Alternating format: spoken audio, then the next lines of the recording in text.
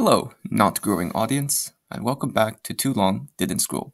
This is now the 9th day of consistent daily uploads detailing noteworthy news events that happened on any particular day since January 20th of 2023 and onwards. Get started on your day with a quick and listenable 5-minute show detailing any news events the previous day you may not have wanted to scroll through, or find out what happened on any day you have in mind. We start day 9 in the country of Iran, where, from the late night to the early morning, there have been several explosions across the country. These explosions are reported to have been caused by several drone attacks on Iranian infrastructure, including an ammunition factory in Isfahan. Other explosions and fires have also been recorded at an oil refinery in Tabriz and the city of Karaj near the capital of Tehran.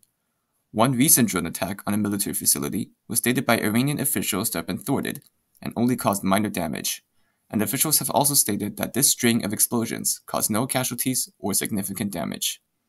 No perpetrator, let alone motive, has been given as of yet, though Iran has dealt with groups of Kurdish militants targeting military facilities in cities like Isfahan in the past.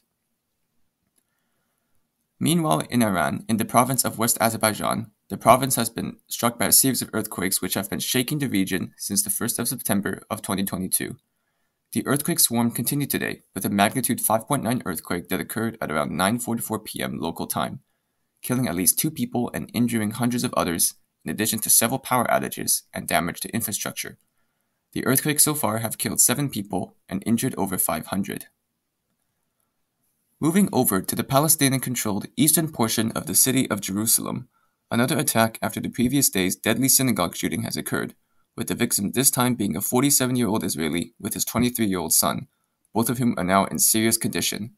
Israeli officials have reported that the perpetrator was a 13-year-old Palestinian teenager who was injured while being quote-unquote neutralized.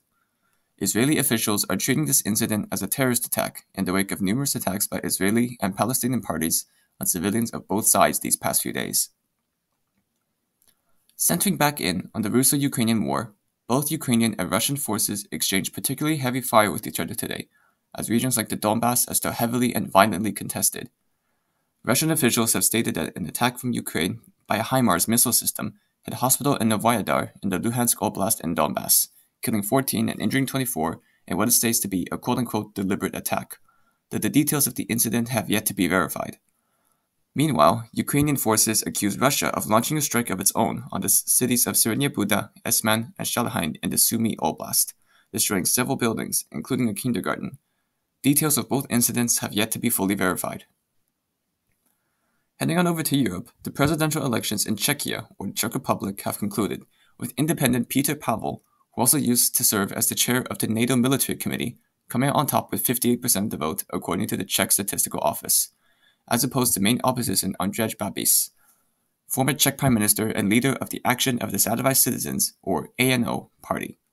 Pavel will be replacing the outgoing Milo Zeman. In other news, Flybe, a British regional airline, has ceased operations, causing 75,000 people to have their flights cancelled and 277 people to lose their job. The airline used to offer tickets to 16 destinations across the United Kingdom until being affected by the COVID-19 pandemic.